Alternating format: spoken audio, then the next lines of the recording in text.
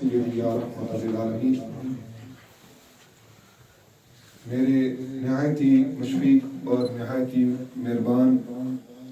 استاد العلماء مجاہد اہل سنت حضرت علامہ مولانا ابو طیب حافظ رفاقت علی حقانی صاحب، بانی و محتمیم مرکز اہل سنت مدرسہ جامع حقانیہ دارالعلوم، جمعیت علماء پاکستان راولپنڈی ڈویژن کے جنرل سیکرٹری،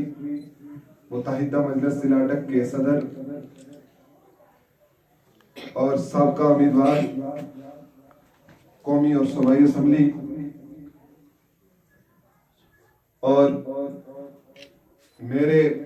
برادر اکبر عظیم عالم دین کے عظیم عالم دین حضرت علامہ مولانا استاد العلماء عاشق رسول عبدالرزاق چشتی قادری صاحب کے نور نظر اور صاحبزادہ والی شان محقق ابن محقق حضرت علامہ مولانا عبدالرشید چشتی صاحب، انجینئر محمد طیب میلادی صاحب، ناظم اعلیٰ مرکز اہل سنت مدرسہ جامع حقانیہ دارالعلوم، قاری محمد اسلم فاروقی صاحب، میرے تایا جان حضرت علامہ مولانا مولوی محمد یوسف